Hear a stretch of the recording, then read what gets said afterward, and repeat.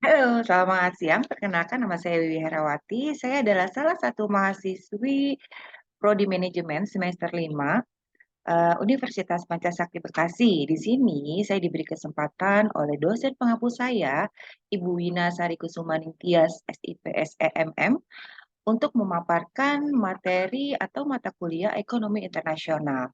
Di sini saya akan memaparkan beberapa materi yang sudah diberikan sebagai eh, pembantu atau penambah nilai untuk ujian tengah semester di semester 5 ini. Kita masuk ke perdagangan internasional, di mana secara umum perdagangan internasional merupakan sarana untuk melakukan pertukaran barang dan jasa internasional. Dalam 50 tahun terakhir ini, perdagangan internasional telah tumbuh dan berkembang secara drastis dan dalam ukuran yang besar, dan hal ini disebabkan oleh adanya kerjasama yang dilakukan oleh berbagai negara untuk menghilangkan proteksi perdagangan dan adanya keinginan untuk mempromosikan perdagangan barang dan jasa secara bebas. Perdagangan barang dan jasa secara bebas ini berskala internasional merupakan elemen penting dari proses globalisasi. Membuka perdagangan dengan berbagai negara di dunia akan memberikan keuntungan dan membawa pertumbuhan ekonomi dalam negeri. Tentunya baik secara langsung berupa pengaruh yang ditimbulkan terhadap alokasi sumber daya dan efisiensi, maupun eh, secara tidak langsung, di mana berupa naiknya tingkat investasi. Nah, setiap bentuk hambatan dan proteksi merupakan sumber distorsi pada perdagangan internasional yang harus dihindari dan dihapuskan. Sekarang kita masuk ke paparan berikutnya. Pada tahun 1995 terbentuk Organisasi Perdagangan Dunia yang kita sebut dengan WTO atau World Trade Organization, di mana di sini WTO berperan besar dalam mempromosikan perdagangan bebas dalam proses globalisasi. Tujuan utama didirikannya WTO adalah untuk mendorong eh, dan mengembangkan liberalisasi perdagangan dan menyediakan sebuah sistem perdagangan dunia yang aman. Di samping itu, WTO juga berperan besar dalam menjalankan setiap aturan yang telah ditetapkan dalam setiap perjanjian perdagangan dunia, seperti Uruguay Round Second dan perjanjian pada GATT atau General Agreement of Trade and Trade. Lalu, salah satu konsekuensi dari lahirnya perjanjian dalam WTO adalah bahwa dalam perdagangan bahwa setiap negara yang ada di dunia akan berada dalam level dan tingkat yang sama di dalam perdagangan internasional. Nah, keadaan ini menjadikan negara-negara yang sedang berkembang berada dalam skenario ekonomi global dan tentunya bersaing dengan negara-negara maju.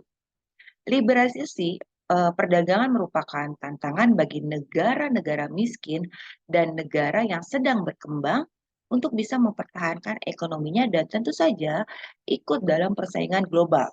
Ini dikutip dari salah satu buku para ahli, yaitu Afrinaldi pada bukunya di tahun 2006. Definisi perdagangan internasional secara etimologis, perdagangan adalah segala bentuk kegiatan menjual dan membeli barang atau jasa di suatu tempat. Yang di sana terjadi keseimbangan antara kurva permintaan dengan penawaran pada satu titik yang biasa dikenal dengan nama titik equilibrium. Sedangkan internasional berarti dunia yang luas dan global, bukan parsial ataupun satu kawasan tertentu. Masa perdagangan internasional dapat diartikan sejumlah transaksi perdagangan atau jual beli di antara pembeli dan penjual yang dalam hal ini satu negara dengan negara lain yang berbentuk ekspor dan impor. Nah, pada suatu pasar demi mencapai keuntungan yang maksimal bagi kedua belah pihak. Tujuan perdagangan internasional. di mana tujuan utama yaitu meningkatkan gross domestic product atau GDP, yang artinya perdagangan internasional bertujuan untuk meningkatkan total nilai dari suatu produksi barang maupun jasa yang dijual oleh suatu negara pada negara lain selama 1 tahun lamanya. Selain tujuan utama tersebut, perdagangan internasional juga memiliki beberapa tujuan lain, di antaranya adalah sebagai berikut. Yang pertama adalah menaikkan devisa negara, di mana tujuan yang pertama dari kebijakan tersebut yaitu kebijakan perdagangan internasional adalah gunanya menaikkan devisa negara. Bagaimana caranya? Yaitu melalui pertukaran perdagangan dengan cara mengimpor maupun mengekspor barang yang ada di dalam ke luar negeri dan begitu pula sebaliknya. Apabila devisa negara meningkat, maka akan menyebabkan beberapa hal, yaitu yang kedua adalah pertumbuhan ekonomi, di mana pertumbuhan ekonomi atau kenaikan produk nasional bruto atau GDP ini dihasilkan melalui faktor produksi milik warga negaranya yang memang tinggal di dalam maupun di luar negeri. Dan warga negara yang tinggal di dalamnya maupun yang tinggal di luar negeri tidak termasuk dalam GDP. Jadi hanya faktor produksinya saja. Lalu yang ketiga adalah mempengaruhi stabilitas harga barang ekspor, di mana stabilitas harga yang dimaksud merupakan cara pemerintah mempertahankan harga ketika terjadi fenomena inflasi yang mulai meninggi, dan inflasi sendiri merupakan peningkatan ketersediaan uang sehingga dapat menyebabkan kenaikan harga barang. Yang keempat adalah eksistensi tenaga kerja, di mana eksistensi tenaga kerja merupakan salah satu faktor yang dapat mempengaruhi kelancaran dari segala tindakan yang memang berhubungan dengan pengadaan barang maupun jasa. Lalu yang kelima, memenuhi kebutuhan di negara lain, di mana ini adalah bentuk kerjasama perdagangan internasional dapat membuat negara lain yang tidak memiliki barang maupun jasa yang diinginkan menjadi terpenuhi. Contohnya, Indonesia merupakan salah satu negara di Asia yang mengolah kedelai menjadi tempe, berbeda dengan negara di Eropa maupun di Amerika. Lalu yang keenam adalah memperoleh keuntungan internal secara eksternal, di mana pengertiannya adalah kebijakan perdagangan internasional ini tentunya memiliki suatu tujuan untuk mendapatkan keuntungan secara internal maupun eksternal. Seperti yang telah dijelaskan sebelumnya, di mana negara tidak akan mampu untuk memenuhi kebutuhan penduduknya apabila negara tersebut tidak melakukan kerjasama dengan negara lain dan hanya mengandalkan dana dan anggaran dari pungutan pajak saja. Selanjutnya adalah manfaat perdagangan internasional, di mana manfaat perdagangan internasional yang pertama adalah membentuk hubungan persahabatan antar negara, di mana dengan menjalin kerjasama antar negara, maka negara tersebut dapat membentuk relasi persahabatan dengan negara lain. Terbentuknya persahabatan antar negara tersebut juga memungkinkan perluasan kerjasama di bidang atau di sektor lain seperti bidang budaya, politik, hingga militer. Lalu yang kedua adalah dapat menciptakan efisiensi serta spesialisasi, di mana pengertiannya adalah perdagangan internasional dapat membuat suatu negara itu memiliki spesialisasi di satu bidang ekonomi. Artinya, negara yang membangun kerjasama tersebut akan memiliki penduduk yang mempunyai keahlian khusus, serta berbeda dari negara lainnya. Sehingga dapat menghasilkan produk maupun jasa yang bernilai jual dan dapat diekspor ke negara lain. Lalu yang ketiga adalah meningkatkan kemakmuran negara, di mana kegiatan perdagangan internasional dapat membawa kemakmuran pada suatu negara yang menyetujui kerjasama tersebut. Indikatornya, kemakmuran tersebut dapat dilihat melalui aktivitas pelaku ekonomi yang memang meliputi produsen, pemerintah, serta konsumen. Lalu yang keempat adalah dapat mengurangi pengangguran. Seperti yang sudah dijelaskan sebelumnya, apabila produsen mendapatkan banyak pesanan dan permintaan konsumen, maka produsen perlu menambah tenaga kerja agar dapat melakukan pekerjaan dengan maksimal. Oleh karena itu, produsen akan membuka lowongan kerja dan dapat mengurangi tingkat pengangguran di negara tersebut. Lalu selanjutnya adalah mentransfer ilmu pengetahuan serta teknologi, di mana perdagangan internasional dapat memungkinkan negara melakukan ekspor barang dengan basis teknologi canggih seperti mesin maupun alat modern kepada negara yang lebih membutuhkan. Sehingga akan tercipta mobilisasi teknologi yang lebih cepat, disebut dengan pengimpor. Selanjutnya adalah menstabilkan harga, di mana ini secara tidak langsung perdagangan internasional dapat menstabilkan harga yang beredar di pasar domestik negara tertentu. Caranya adalah dengan mengatasi kelangkaan barang yang dapat membuat barang tersebut memiliki harga mahal melalui mengimpor barang. Nah, kebijakan perdagangan internasional memiliki beberapa manfaat. Salah satunya adalah dapat membuka kesempatan bagi negara lain untuk memanfaatkan sumber daya yang ada di negara lain dengan proporsional. Selain itu, dengan perdagangan internasional, kedua negara yang telah menjalin kerjasama juga dapat membangun hubungan ekonomi yang dapat membuat kedua belah pihak sama-sama untung.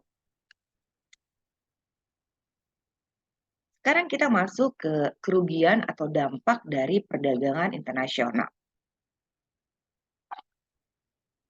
Yang pertama adalah kemudahan mendapatkan produk impor di pasar dalam negeri bisa menghambat pertumbuhan sektor industri dalam negeri. Yang kedua adalah barang impor dengan barang kualitas tinggi dan murah memunculkan perilaku konsumtif. Lalu yang ketiga, untuk memenuhi kebutuhan pasar dunia, maka akan ada eksploitasi sumber daya alam. Lalu yang keempat adalah terlalu bergantung pada iptek dan modal asing sehingga pertumbuhan industri terhambat. Lalu yang kelima adalah persaingan industri yang tidak sehat membuat usaha yang bermodal kecil itu akan gulung tikar. Selanjutnya adalah contoh perdagangan internasional, di mana yang pertama adalah perdagangan internasional ekspor, di mana ini adalah kegiatan ekspor yang merupakan salah satu kegiatan yang sering dilakukan oleh Indonesia. Salah satunya merupakan ekspor sumber daya alam seperti lobster dan banyak lainnya. Selain ekspor lobster, Indonesia juga sering melakukan ekspor sumber daya alam yang memang mereka miliki. Contohnya seperti kelapa sawit, rempah-rempah, kopi, hingga pasir ke negeri tetangga. Selain ekspor yang dilakukan oleh pemerintah, ekspor juga dapat dilakukan oleh perusahaan-perusahaan swasta maupun perusahaan mikro. Contohnya adalah ekspor baju dengan motif maupun desain khusus yang dibuat oleh orang lokal. Lalu yang kedua adalah perdagangan internasional impor, di mana kebalikannya dari ekspor, perdagangan ini atau perdagangan internasional ekspor impor berarti negara membeli suatu barang maupun jasa dari negara lain. Selain kerap melakukan ekspor, Indonesia juga tak jarang melakukan impor untuk memenuhi kebutuhan penduduknya. Walaupun terkadang masih menjadi pro dan kontra, Indonesia sering melakukan impor bahan pangan seperti buah-buahan hingga beras. Lalu selanjutnya adalah perdagangan internasional barter. Teman-teman tentu sudah pernah mendengar istilah barter, bukan? Ya, barter merupakan salah satu cara untuk mendapatkan barang maupun jasa yang diinginkan. oleh seseorang dengan cara menukar dengan nominal atau harga yang sesuai dengan barang yang dibarter tersebut. Lalu yang keempat adalah perdagangan internasional konsumsi, di mana perdagangan internasional konsumsi merupakan kegiatan yang dilakukan dengan cara menitipkan barang yang dijual pasar bebas, dan konsumsi yang dimaksud bukan hanya menjual atau membeli barang yang dapat dikonsumsi saja, tetapi juga melakukan perdagangan pada produk lain yang tidak dapat dikonsumsi.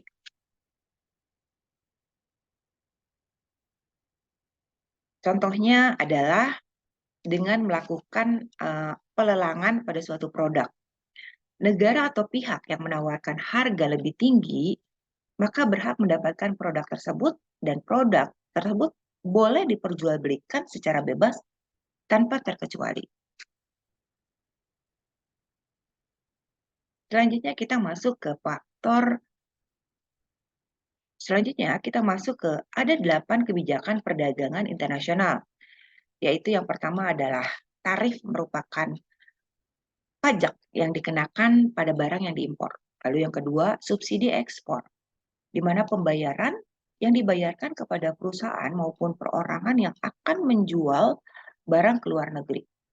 Lalu yang ketiga adalah pembatasan impor, di mana pembatasan langsung yang dikenakan atas jumlah barang yang diperbolehkan untuk diimpor. Lalu yang keempat adalah pengekangan ekspor secara sukarela, di mana ini merupakan kesepakatan pengendalian secara sukarela. Lalu yang kelima adalah persyaratan kandungan lokal, di mana aturan mengenai bagian tertentu yang menjadi unit dalam fisik tersebut. Lalu yang keenam adalah subsidi kredit ekspor, di mana wujudnya berupa pinjaman yang disubsidi kepada pembeli. Lalu yang ketujuh adalah pengendalian pemerintah, di mana yang kedelapan, hambatan birokrasi, di mana merupakan salah satu bentuk pembatasan yang dilakukan oleh pemerintah untuk membatasi impor. Selanjutnya, kita masuk ke faktor penggerak perdagangan internasional.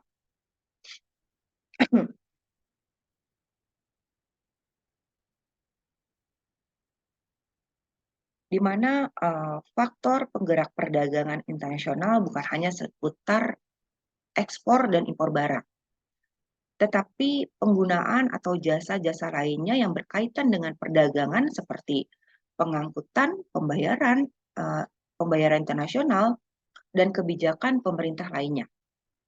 Terjadinya perdagangan internasional harus didasari dengan kepercayaan dan saling memberikan keuntungan.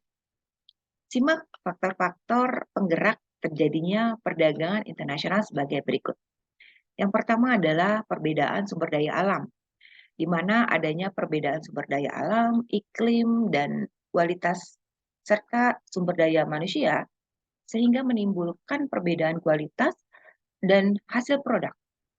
Oleh karena itu, perdagangan internasional harus dilakukan supaya kuantitas dan kualitas produksi di suatu negara bisa berjalan dengan lancar.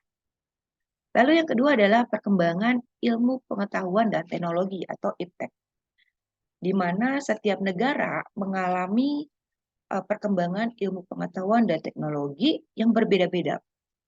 Karena hal inilah yang membuat suatu negara ingin melakukan perdagangan internasional agar berkembang atau perkembangan IPTEK di negaranya tak tertinggal dengan negara lain. Lalu yang ketiga adalah terjadinya kelebihan produksi sehingga memerlukan perluasan usaha. Di mana di sini jika suatu negara mengalami kelebihan produksi atau barang, maka barang itu lebih baik dijual ke negara lain. Siapa tahu negara lain sedang membutuhkan barang tersebut, dan negara yang menjual kelebihan produksi akan mendapatkan keuntungan. Dan hal ini bisa menjadi penggerak untuk melakukan perdagangan internasional.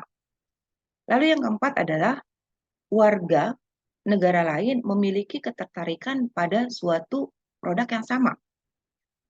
Di sini, perkembangan globalisasi tidak menutup kemungkinan bahwa akan ada warga negara lain yang menyukai produk dalam negeri. Dengan adanya hal ini, seperti ini, maka perdagangan internasional harus dilakukan karena untuk memenuhi keinginan dan kesukaan warga dari negara tersebut.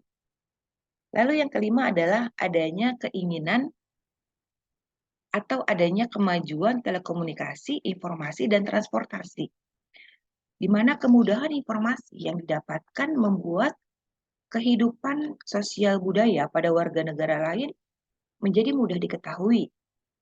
Jika sosial dan budaya dalam negeri sudah diketahui oleh negara lain, maka bisa saja warga negara tersebut berwisata ke dalam negeri sehingga pariwisata di dalam negeri tersebut memperoleh keuntungan.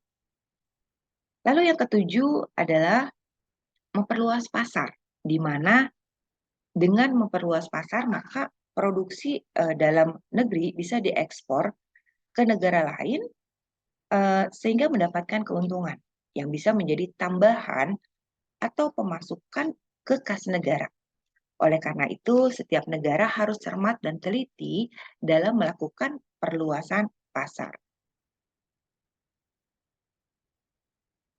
Sekarang kita masuk ke faktor penghambat perdagangan internasional, di mana meskipun perdagangan internasional sudah ada sejak lama, tetapi perdagangan internasional masih menghadapi banyak berbagai macam kendala.